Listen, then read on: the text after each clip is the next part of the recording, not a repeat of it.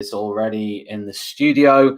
So, Jeff, when you're ready, call in if you would like. But we are going to be discussing all things September initially.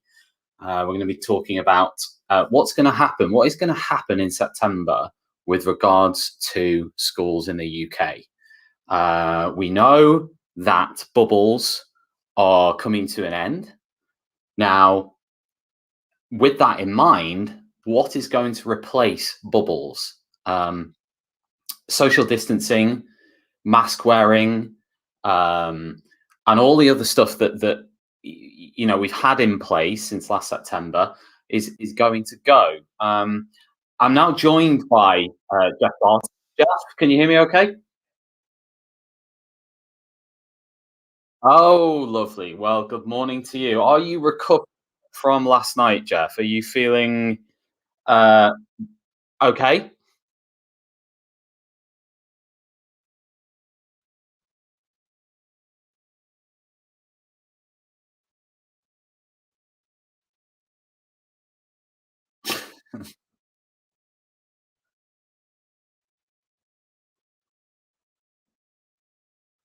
That sounds like a plan.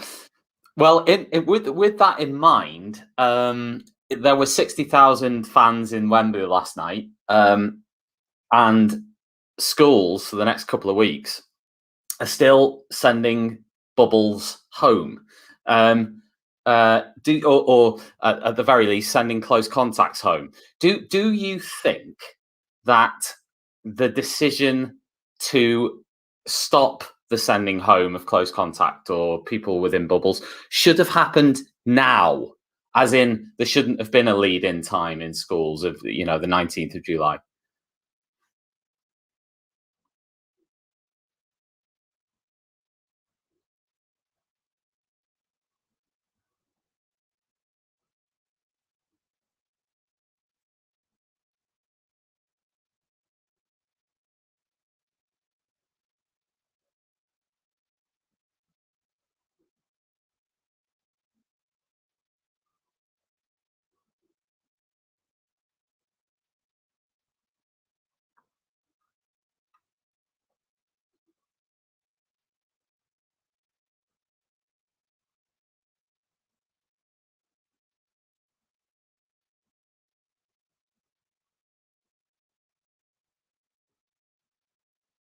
Mm.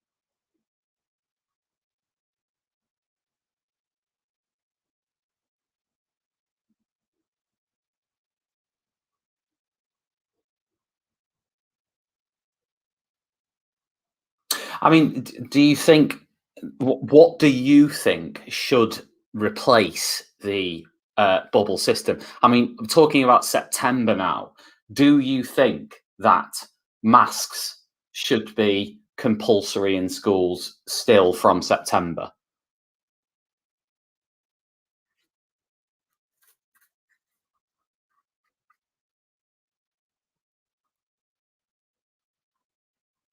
Mm,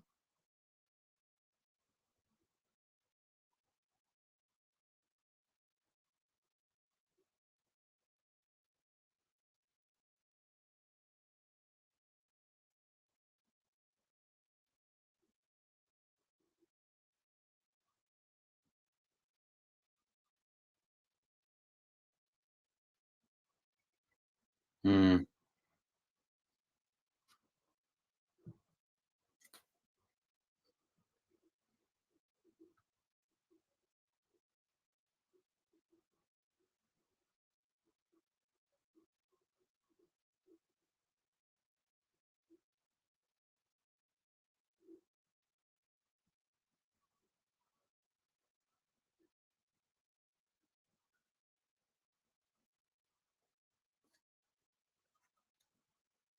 Mm.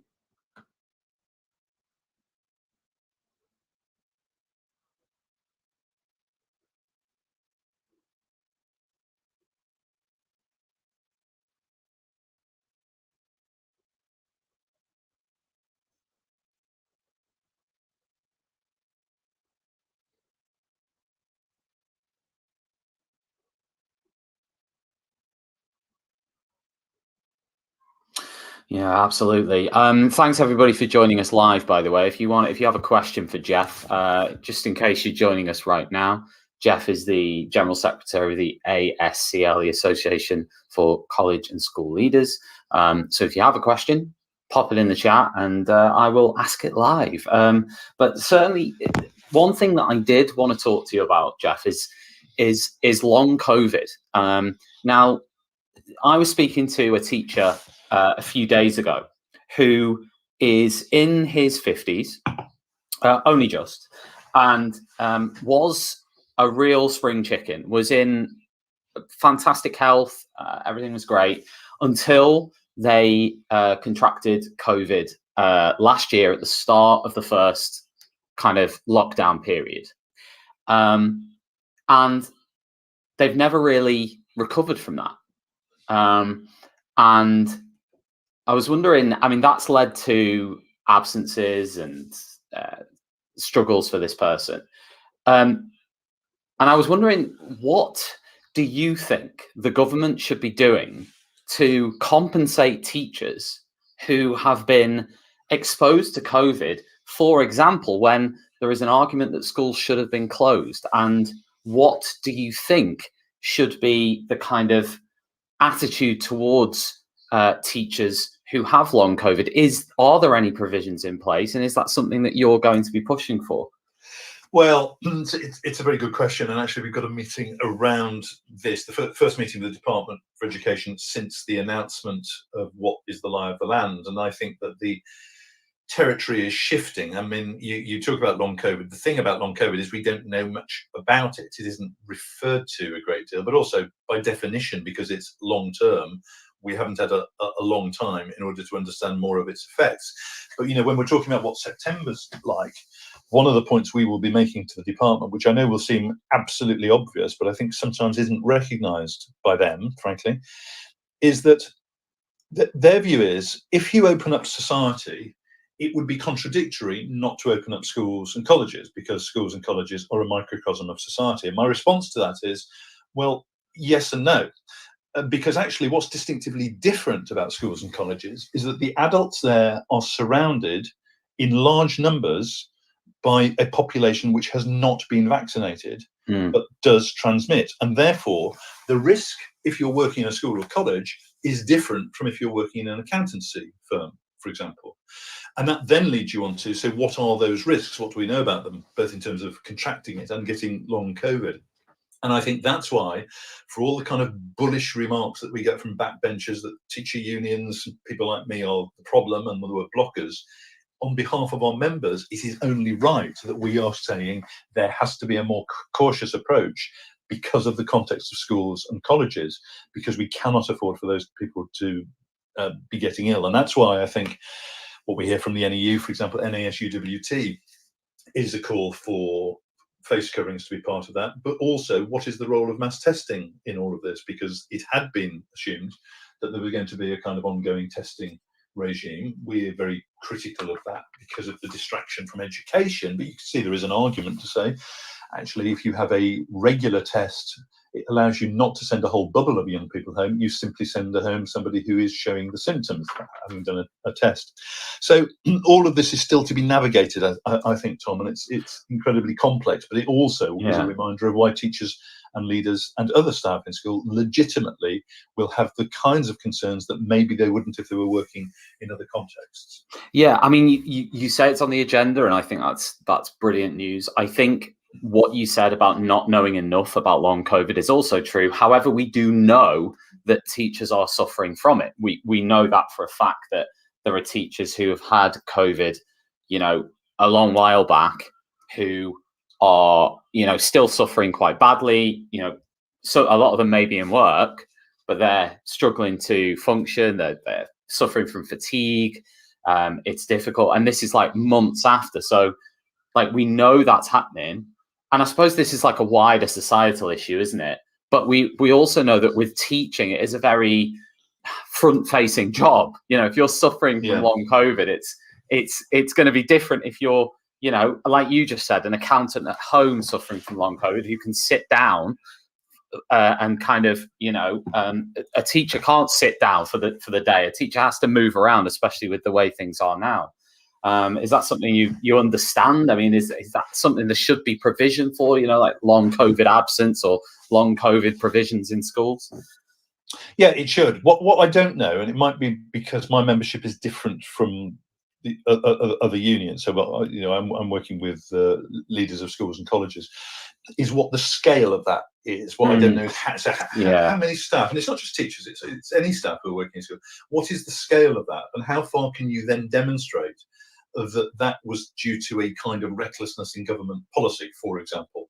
And my guess is that what we will move into is a phase where that is exactly the question, where we're starting to see people who have contracted long COVID and who will point an accusatory finger at a school or college which was following the guidance, but where the guidance actually proves in the fullness of time not to have been appropriate. Now that will take us into very different territory, and that will not be something which I'll be doing. That will be what our lawyers, and certainly lawyers from other unions, will be doing.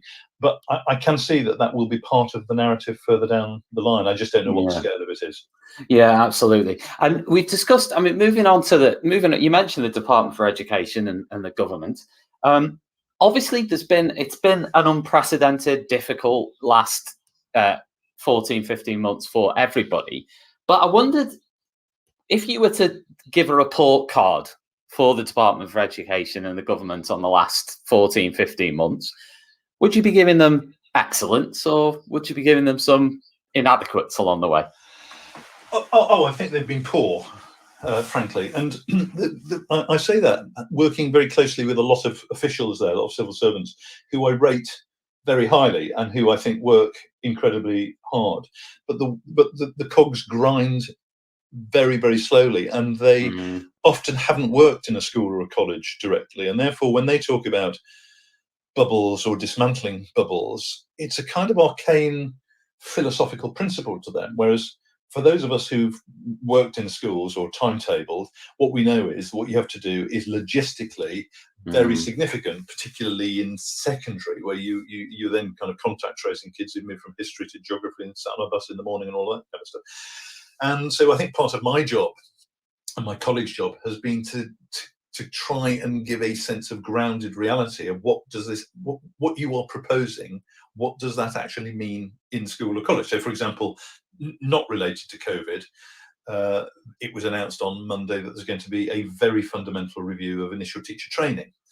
We take the view this is not a good time to do a fundamental review of teacher training, and certainly to do a consultation over a school holiday when people will not notice it starts to lead to all kinds of conspiracy theories.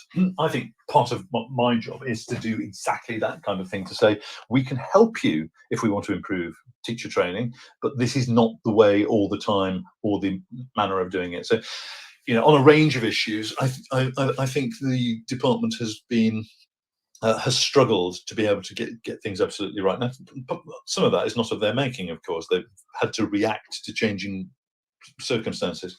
But I think too often it's been easy for them to see the unions as the problem rather than working collaboratively with us in a way which is starting to happen more now. But in the early days, I think wasn't happening enough. Yeah, I mean, I've noticed some kind of tweets in the last few months that are quite critical of unions from within the profession. And actually, I've noticed popping up have been kind of union alternatives, such as, organizations that deal with just the legality of kind of school life, but not much else. They're not kind of political organizations. They don't have people like you working for them. I mean, I wondered what you thought about that, whether you thought there is any danger in this situation, or whether you thought actually it's positive to, if you like, have competition and options for teachers, or whether you think actually this is a really bad thing. Well, one of the things I've tried to do in my 4.5 years in this role is essentially to say, what does a 21st century trade union look like? What is it we can do that you won't get if you take out some legal insurance? And what we've tried to do through the pandemic, for example, is to say, first of all, as a leader, whether you're an assistant head or a business manager or whatever it is, you are in a pretty solitary, fragmented role. You will be feeling a sense quite often of all kinds of expectations from parents, all kinds of expectations from staff. You're having to play the part of being more confident than maybe you're feeling inside. We can give you a sense of solidarity, and we can do that partly because we can talk about the stuff you're thinking about. We can inform you about the stuff we think you might not have time to read yourself. We can campaign behind the scenes to try and make things better and tell you how we're doing that. We can communicate with you in different ways than we might have done in the past. Videos, podcasts, webinars, and so on and so forth. And behind all of that, you've got a team of lawyers who are specialist lawyers who day in and day out are there to watch your back. So there is something distinctive. And, you know, I come to this, we're not political. We have no political affiliation. We're not in the TUC or anything. But I do come to this thinking that trade unionism is a proud tradition of UK society, but it probably needs to reinvent itself. And I think that, you know, if I was giving advice to all of us working in trade unions in education, we ought to be setting a longer term agenda, not just for what does a 21st century trade union look like, but what is it to be a teacher in the 21st century? What is it that we should be arguing that technology should be doing, so that you as the human can do the human stuff whilst we leave the robots to do the stuff that you used to do?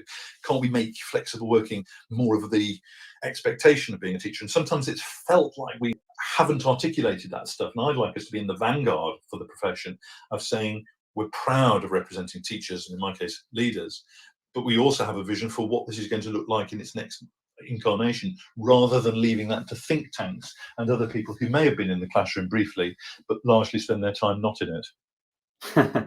I noticed the tweet actually by it was Tom Starkey who said, "I'm thinking of setting up a think tank. Why can't I be in a think tank? You know?" And there are a lot of think tanks around, aren't there? It's an interesting time to be alive. It is. It's an odd thing for me moving from, you know, I was an English teacher for 32 years and a head for 15, and moving into the world I'm in now.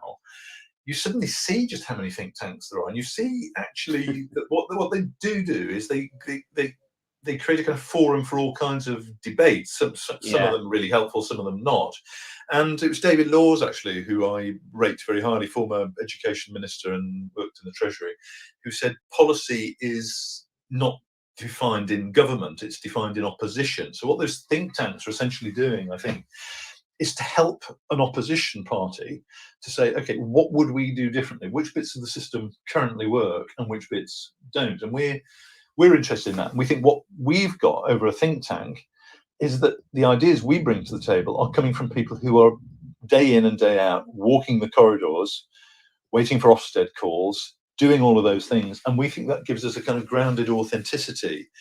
And that's why we don't want just to look like we're reacting to stuff. We want to actually set more of an agenda. And I think from September onwards, as we move into a greater sense of normality, you will see us starting to do that. We will start to see, you probably remember our Forgotten Third campaign. Why is it that a third of young people after 12 years of early years primary and secondary get a grade 3, a grade 2 or a 1? What does that feel like? I remember saying to Nick Gibb, what do you think it feels like to get a grade 3 after all those years in English? And he said, why do you fixate on a grade 3? And I said, because you fixate on a grade 4. You call it a standard pass. So what's a grade 3, do you think? To which he said, presumably it's a good fail. Well, we have to do better than that. That's baked into the system, isn't it? That is baked into the system. Yeah, I was gonna say, Jeff, I'd love to be a fly on the wall in your conversations with Nick. It would have been very interesting over the last year to see your conversations. I mean, I was going to say, in terms of these meetings over the last year, there must have been some quite heated ones, I'm guessing, going on that you've been a part of. I mean, has it been quite stressful for you or not? I have to say the meetings aren't particularly stressful in a sense. I mean, they're always kind of courteous and stuff. But yeah, I think that the stress of the job I've got, which actually is the same in school leadership to some extent, is you're always walking a bit of a tightrope. And in my case, for example, today is a very good example. When I get asked for a comment on something, you're always thinking, okay, what does the membership think? So I made a comment on Sky News, which was then picked up in the Telegraph, and it's in the paper today. And I spent last night thinking, have I made the right call on this comment? And I'll just tell you what it is. So, yeah, go on. So there's these 640,000 kids not in school, right? And that's because of COVID-related stuff. Okay, they haven't got COVID, but they're in a bubble. The interesting story, which I just noticed on the BBC website, is there are the same number of young people, more or less, who are not in school for unexplained reasons. And what I said on Sky is, it might just be that if you have a look at the beaches of Cornwall, you might see the number of families there that you wouldn't see in normal times. It might just be that families are voting with their feet. Now, that's pure speculation. Bunking. Yeah, pure speculation. Now, the Telegraph phoned me immediately saying, so are you saying that parents are voting with their feet? I said, it might be that some kids are not coming to school because they're scared. There might be family reasons.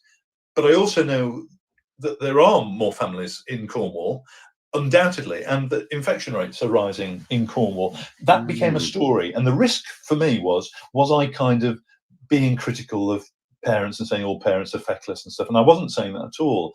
But I also know that last week, Number 10 briefed the press that more kids were being sent home than necessary because head teachers were being overzealous in their application of bubbles. And I resented that hugely. And therefore, I wanted to demonstrate there is a wider story here. And that's what's playing out, I think, at the moment. Yeah, I wondered, I mean, in terms of accountability, because I know I've only got about 5 minutes left with you. So I wanted to fit in a few questions about kind of accountability things.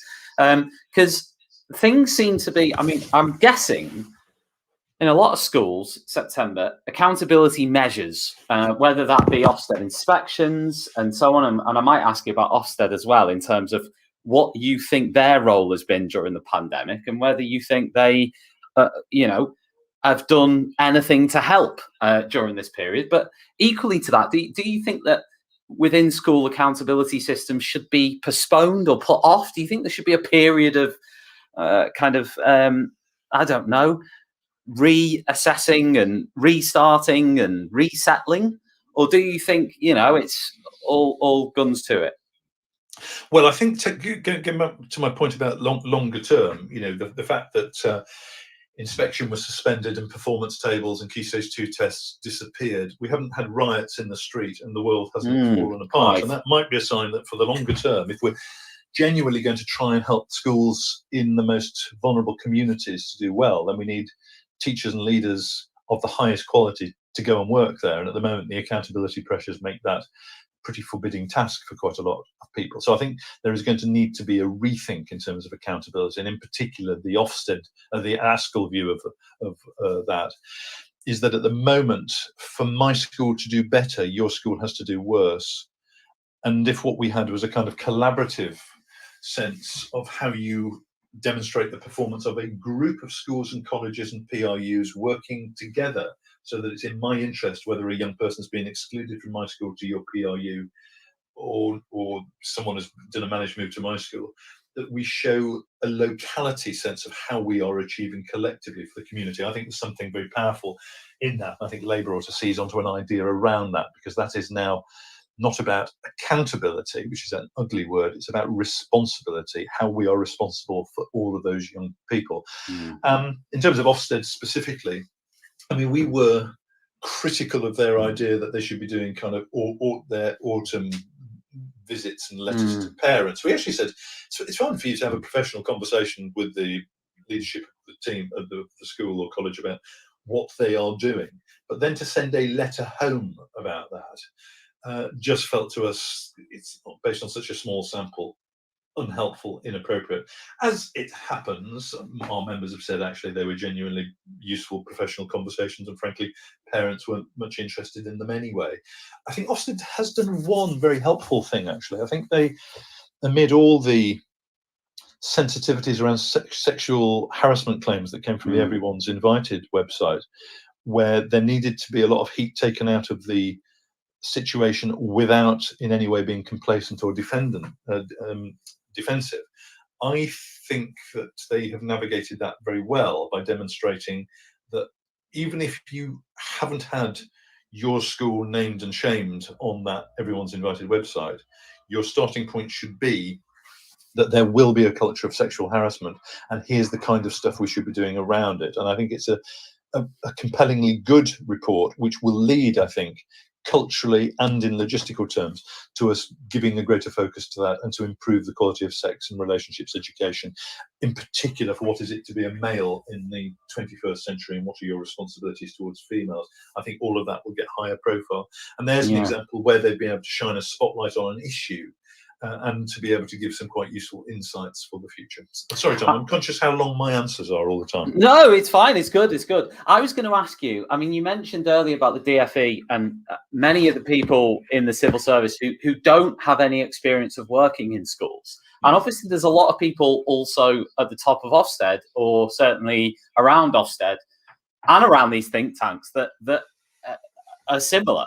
So do you think that's a real problem in this country? I mean, would you like to see more former teachers, current teachers involved in these kind of areas and these places? Yes, I mean, in terms of how inspections work, actually, they do use a lot of service leaders in terms of those. Absolutely. I said the top of I said the top of the organisations, not the actual inspectors themselves. Yeah, I think you can argue it both ways. I mean, one of the reasons people try to argue that I was the wrong person to get this job, I always remember Steve Mumby, actually, who used to run the National College, saying that people who have been teachers and head teachers aren't always very good at running completely different organisations, being CEOs of things. And I think we're actually seeing that in the school system, where moving from being a head to being an executive leader is a very, very different kind of responsibility. And therefore, I'm not particularly bothered that Amanda Spielman hasn't herself ever been a teacher, but I think that might be an advantage, because I think sometimes holding a mirror up from the outside is not a bad thing to do, provided you've got some people who can also just keep you grounded in that, who have had sleepless nights knowing that an inspection team is coming in the next day. I do think there are risks around that. Sean Harford, for example, who was a senior leader in the school, is leaving Ofsted now, and it just is reducing the number of people at the top of the organisation who have been in that. And similarly, in the Department for Education, they sometimes feels that what they do is rely on people either who are working in schools and colleges or trust leaders, but it feels a bit as if it's always the same people. And one of the things which we're arguing is there are people you won't have heard of doing really good things, maybe not in the kind of school or college or trust which gets all kinds of headlines, but actually you should be listening to them as well, because they represent more realistically the main body of people who are running our schools and colleges. And I'm going to have to disappear in just a second, Fred. Yes, Jeff, thank you so much for joining us this morning. I really appreciate coming on and maybe speak to you again sometime as things pan out for September. Talking to you.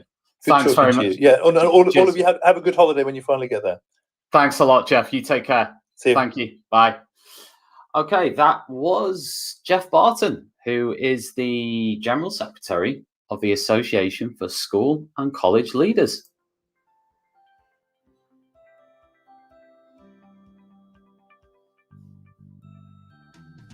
Creative Resources, made for teachers by teachers. At Creative Resources, we've been rethinking what a classroom can be.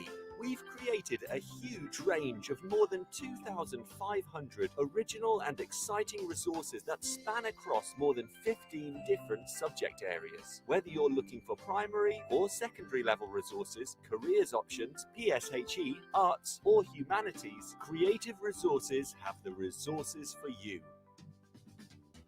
We offer full curriculum packages and unique, challenging escape rooms themed on topics such as Shakespeare, Tudors, and fractions. We have quizzes, task cards, Tarsier puzzles, and lots more. Better still, more than 100 resources can be accessed for free. Just visit our website, www.cre8tiveresources.com. You can get 10% off any order you make on our website by using the discount code TTRadio. Creative Resources, made for teachers by teachers. Every teacher loves stationery, right? Imagine getting a selection of fun, beautiful and unique stationery items designed and selected especially for teachers, delivered through your door every month. you need to check out teacherslovestationery.club. I'm always so excited when the box arrives. It's such a treat. My Teachers Love Stationery Club box is just a little treat to myself every month.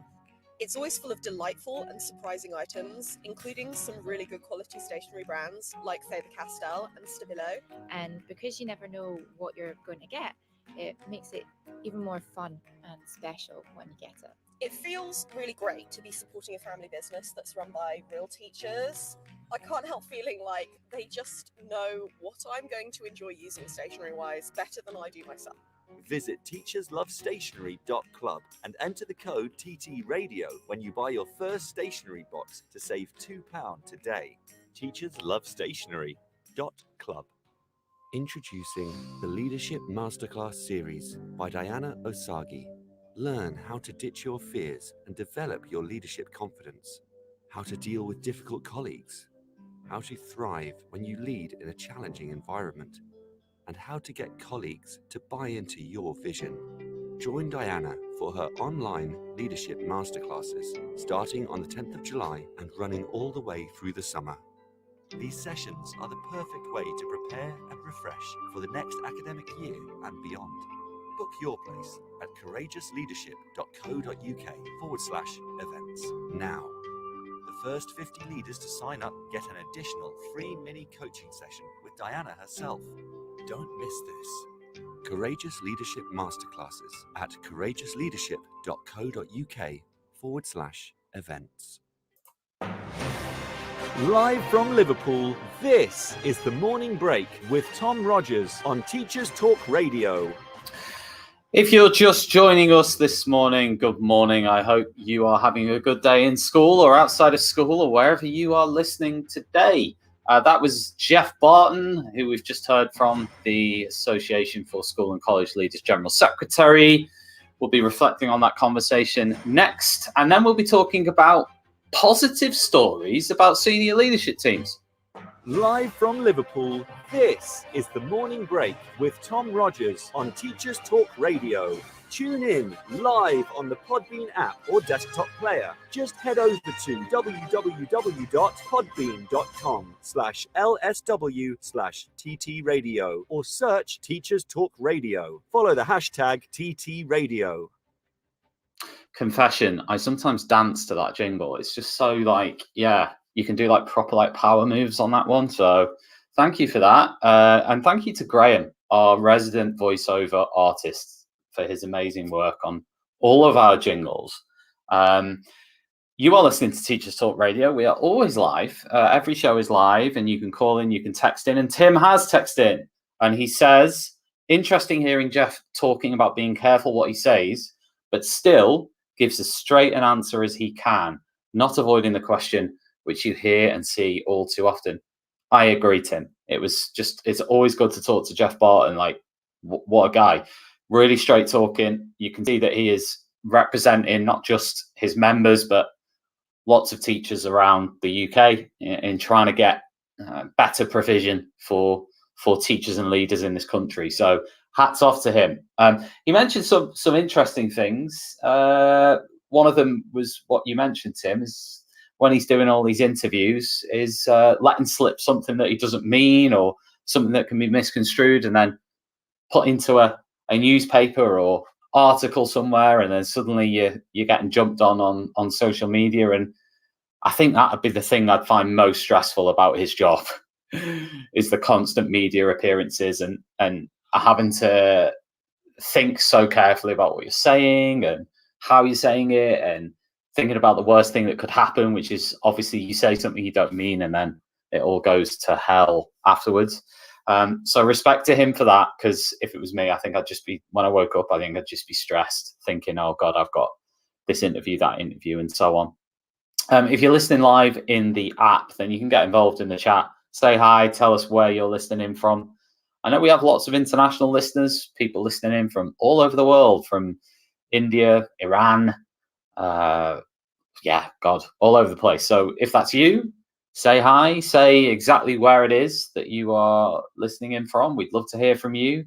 And if you are listening in from an international location, then pop over to our website, ttradio.org, and definitely register with us, sign up, and we'll keep in touch with you. We have our newsletter that we send out regular intervals, so you can keep in touch with all things Teachers Talk Radio. I want to move on now. I want to move on to talk about the current climate in schools, and I put a tweet out the other week, and it got some really interesting responses about some really positive stories about leadership during this period. And one of the people that I spoke to was Jenny Cameron, who we're going to hear from now. Who's got some interesting things to say about how her leadership team, as an English teacher, has supported her during this COVID period and during lockdown as well. Okay, so a bit of context first. I run a company called Stage Door Learning, which delivers a level 3 BTEC in performing arts to post-16 learners in Cheltenham in Gloucestershire. And we work under the umbrella of VL UK, that's Virtual Learning UK, who provide the funding and the support. But geographically, they're not near us. So their head office is in Oxfordshire, and the senior team is spread across the country.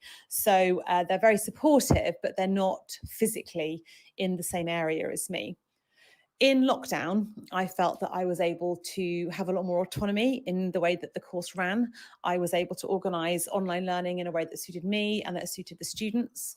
And I was able to be flexible to meet their needs and to respond to projects that we were able to get involved with, which really enhanced the learner's experience. But in terms of its in improving my relationships with SLT, I saw a lot more of SLT during lockdown than I would previously have done, but in a really supportive and non-judgmental way. Because we were doing everything on Zoom, the SLT were able to drop into Zoom sessions and just have a taste of what we were doing, which was really positive. Normally, because of the geographical issues, they wouldn't do that. They wouldn't just drop in for 10 minutes and see what we were up to. But because we were online, they were able to do that. And also, I knew that they were coming because they would drop into my Zoom waiting room and I would decide whether or not it was an appropriate time to let them in. And we had loads of really positive feedback from SLT because they were able to see the kind of things that we do and to just say, wow, that was fantastic. We really enjoyed it.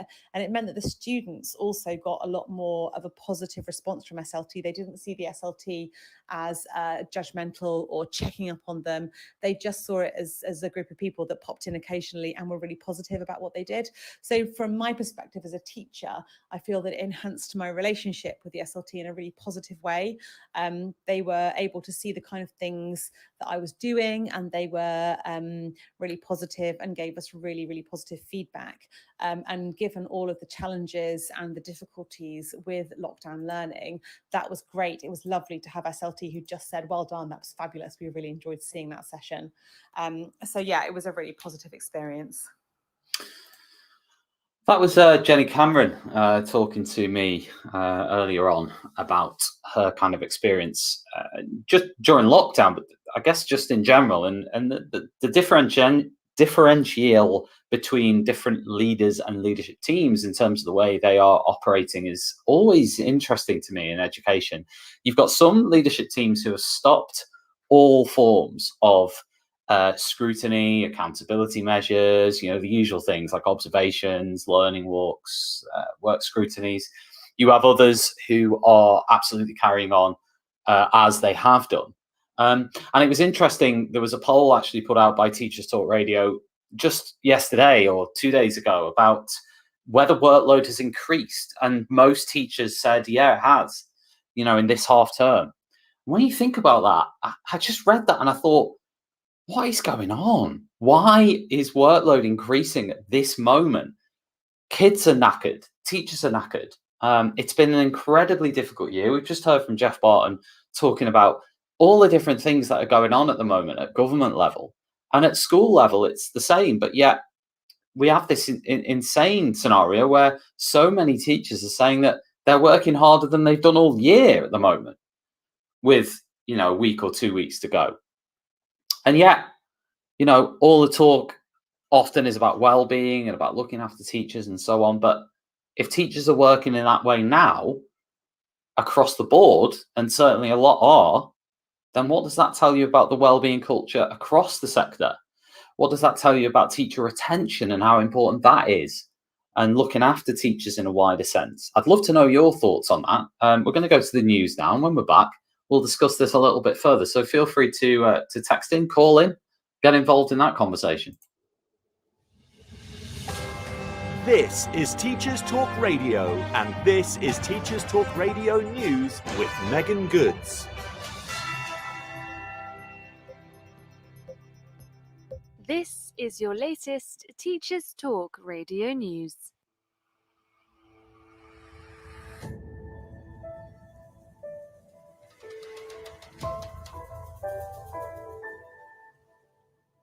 Researchers from the London School of Economics and the University of Exeter have released findings on the amount of learning students missed out on as a result of the pandemic. Pupils in Wales were, on average, the hardest hit, missing out on around 66 days of learning, with pupils in Scotland missing out on 64.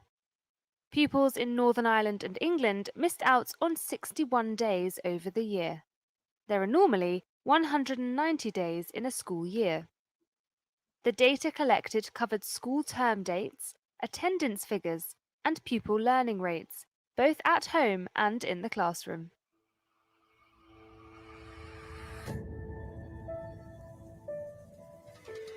Ofsted has warned that schools may be using overtly political materials during lessons covering sex, sexual orientation, and gender reassignment, due to increasingly political sensitivities in these areas. The recent research by Ofsted looked into how gender issues were taught in schools and found that staff sometimes inadvertently included political material in their classes. Corporate Strategy Director Chris Jones identified an instance in which schools and parents did not see eye to eye on the content and age appropriateness of materials used to teach primary school children about same-sex relationships. The lack of a central curriculum intended to give space for schools to devise their own lessons on the topics has contributed to the discrepancies.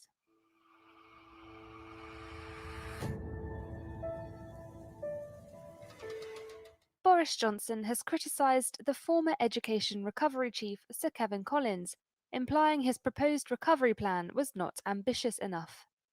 The Prime Minister also stated his support for the longer school day, saying the evidence on lengthening the school day wasn't as powerful as it was on tuition, for instance. But that doesn't mean it's not the right thing to do. I do think it's the right thing to do.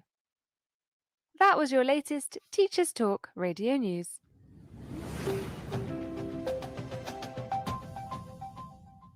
Every teacher loves stationery, right?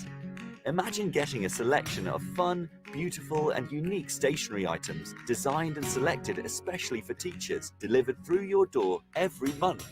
You need to check out teacherslovestationery.club. I'm always so excited when the box arrives. It's such a treat. My Teachers Love Stationery Club box is just a little treat to myself every month. It's always full of delightful and surprising items, including some really good quality stationery brands like Faber-Castell and Stabilo. And because you never know what you're going to get, it makes it even more fun and special when you get it. It feels really great to be supporting a family business that's run by real teachers. I can't help feeling like they just know what I'm going to enjoy using stationery-wise better than I do myself. Visit teacherslovestationery.club and enter the code TTRadio when you buy your first stationery box to save £2 today. teacherslovestationery.club. Hello, and welcome back to the morning break on Teachers Talk Radio with me, Tom Rogers. Thank you to everybody joining live in the studio, listening in, and anybody who has texted in too. We've got Top Cat, Rizdino, Celine, Pink Squirrel. Interesting. Ellis 45 as well. Thank you for all tuning in this morning and listening in on the morning break. Much appreciated. It's lovely to have people joining us this morning because I know people are super busy in school, and whether you're listening on your PPA or you're listening perhaps at home, maybe you work part-time or whatever the situation is for you. Thank you for tuning in to Teachers Talk Radio. We've just been discussing senior leadership teams during the lockdown period and current period, and particularly with regards to accountability. But I think some of the other positive stories that I saw were about senior leaders who were really checking in on people and really kind of engaging with staff, which I guess is like what you would want anyway. But I think during this period, it's incredibly important, because I think mental health wise, this last year has been such a difficult challenge in terms of anxiety, dealing with that. And I think that will come even more so in the next couple of months, because as we come out of this lockdown period, I can imagine that there is going to be that readjustment of being around people again. And we talked to Jeff Barton about what's going to happen in September, and really we don't know yet. But obviously with masks and lack of, maybe no social distancing, no more bubbles, there might be a lot more contact between teachers and kids. Kids won't have been vaccinated and so on. I mean, it's going to be stressful still. It is going to be, and there's going to be a lot of change, and things are going to come alive again in a lot of respects, and that's going to be a real transition, not just for teachers but for everybody. And I think that the senior leadership teams that were discussed were the ones who were very aware of that and very in touch with the mental health of the staff, the well-being of the staff, thinking about how they're thinking, how they're feeling, how they're reacting, how they're dealing with different things that are going on, and really getting that temperature gauge of how things are, and knowing how things are. I think it's incredibly difficult to do that, because I think, especially now, because if you think about it, a lot of the schools and a lot of the people I chat to are that the kids are in these bubbles, they're separated across the school, there's lack of contact anyway between staff maybe. It's more difficult to see people. Perhaps there are less meetups between staff inside school, outside school. It's become much more disconnected, and that, I'm guessing, would be the same for leaders as well. So you've got to give them a lot of sympathy on that. It must be incredibly difficult to stay connected with staff in the same way maybe as pre-COVID, but that might mean that teachers are living in their own little teaching bubbles. You know what I mean? That they're kind of in their own teaching world, so to speak, and that's difficult as well for them. So it's like, who's checking in with them, and who's checking in with the leaders? Are the people from the executive teams in these kind of academy chains checking in with leaders in these schools to say, what, are you actually all right? Because it's an incredibly high pressure world and environment that you're in. So how are things going? And I think we sometimes forget that everyone needs that. Everyone needs that check-in. Because if you don't get that, I think it can be a very, very lonely job and a very, very lonely world for leaders, teachers, everybody in schools. I'm very stressful above all else as well, which is why, a lot of people were saying, my school is not bothered with any kind of scrutinies, observations, learning walks and so on for this entire academic year. That's a long time to not do that. But I guess I'd be very surprised if those same leaders turn around and said, oh yeah, it's been really detrimental to student performance, staff performance and so on. I would bet my bottom dollar they've probably said, oh, do you know what? The teachers have appreciated it and they've had a bit more time and space and so on. And I can't imagine that they're going to turn around and say, oh yeah, the moment that we dropped that, the performance of staff and kids just completely dropped off. It'd be interesting to hear that. And it might be something that I ping out on Twitter later on, just to ask people about that. So thank you very much for tuning in to the morning break this morning with me, Tom Rogers. I will be back next Thursday to discuss, well, one of the things I'm going to be discussing is restorative justice. So that's going to be an interesting one. We're going to be discussing restorative justice in schools, restorative practices, the great behaviour debate on that. I've got a couple of guests lined up to discuss that with me as well next Thursday morning. Last thing to say is, well done to everybody. We're nearly there.